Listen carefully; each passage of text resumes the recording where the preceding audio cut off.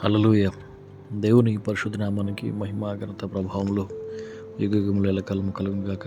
ప్రియమైన మెస్సియా ప్రార్థన మందిర కుటుంబ సభ్యులకు ఆయా మాధ్యమాల ద్వారా ఈ వాక్యాన్ని ఉంటున్నటువంటి ఆత్మీయులైన మీ అందరికీ మా ప్రేమ వందనాలు తెలియజేసుకుంటున్నాను. పిల్లరా రండి, ప్రభు ఇచ్చినటువంటి అరుణోదయ దర్శన వాక్యం కొరకు ప్రభు యొద్ద మనకు కనపెడతాం. జెఫన్యా గ్రంథము 3వ అధ్యాయము 20వ వచనము. జెఫన్యా గ్రంథము 3వ అధ్యాయము 20వ వచనము. నేను నీకు మంచి పేరును ఖ్యాతిని కలుగజేతును. ఆమేన్. ఇదే యెహోవా వాక్కు. దేవుని యొక్క మాట ఎప్పుడు కూడా మనల్ని బలపరిచేదిగా ఉంటుంది. దేవుని యొక్క మాట ఎప్పుడు కూడా మనల్ని ధైర్యపరిచేదిగా ఉంటుంది.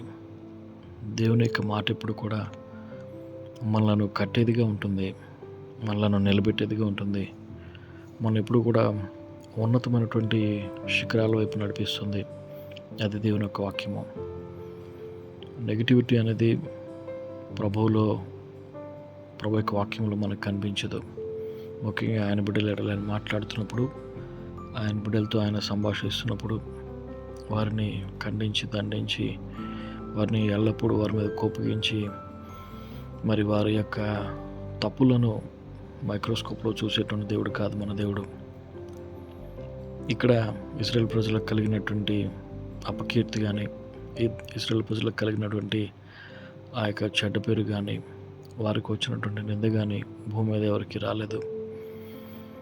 దేవుడే తన ప్రజలను వారి తప్పులను బట్టి, వారి దోషాలను బట్టి, వారు ప్రభువును విడిచిపెట్టినటువంటి ఆ తిరుగుబాటును బట్టి ప్రభు శత్రువులకు అప్పగించడానికి అనేక పర్యాయాలు ప్రభు దుఃఖపడి వారిని అప్పగించారు.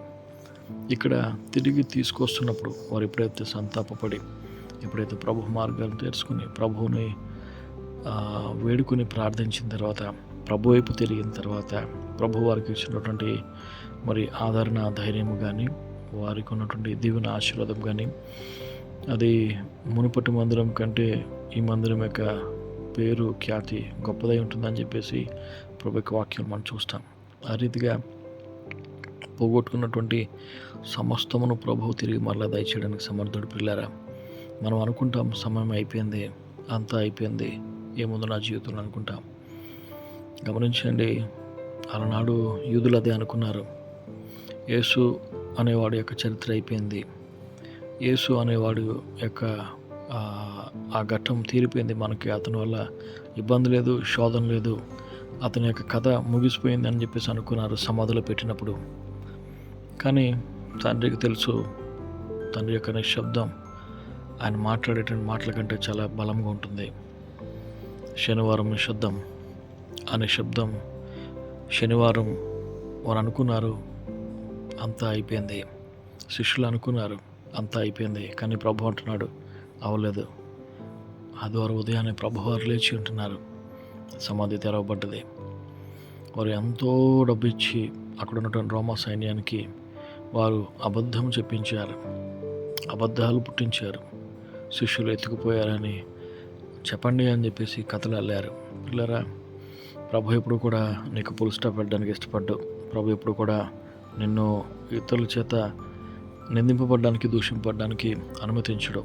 ఒకవేళ ఆ విధంగా వెళ్ళినప్పుడు కూడా తర్వాత కాలంలో శనివారం అయిపోయిన తర్వాత, సబ్బాతు గడించిపోయిన తర్వాత, విశ్రాంతి గతించిన తర్వాత ప్రభువు నీకు మరలా ఆ పోగొట్టుకున్నటువంటి పేరును, దానికంటే గొప్ప ఖ్యాతిని, దానికంటే గొప్ప రెట్టింపు దీవెనను ప్రభు మనకు దయచేస్తుంటున్నాడు. పిల్లరా, మన దేవుడు నమ్మదగినటువంటి వాడు. ఈరోజు నీ పేరు చెడ్డదని మిమ్మల్ని కొట్టివేస్తున్నారేమో, నీ పేరు హేళన చేసి మాట్లాడుతున్నారేమో. ప్రభు చెప్తుంటున్నాడు, నీకు మంచి పేరును, మంచి ఖ్యాతిని ప్రభు నీకు ఇస్తుంటున్నాడు.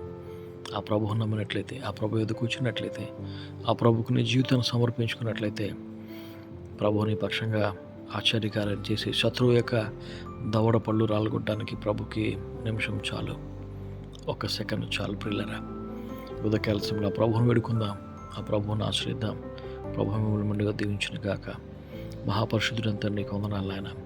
ఈ మాటలు ఉన్న ప్రతి బిడ్డ మీరు బలపరచండి, దీవించండి, ఆశీర్వదించండి.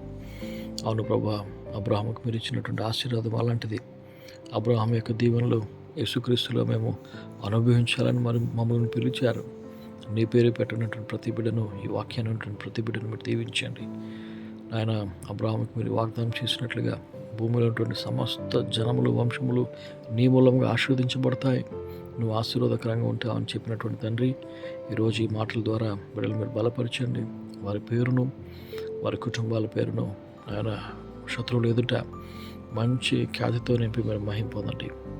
యేసునామములో ఈ ప్రార్థన అడుగుచున్నాను పరమ తండ్రి, ఆమేన్. ప్రభు మిమ్మలను దీవించును గాక. God bless you. వందనాలు.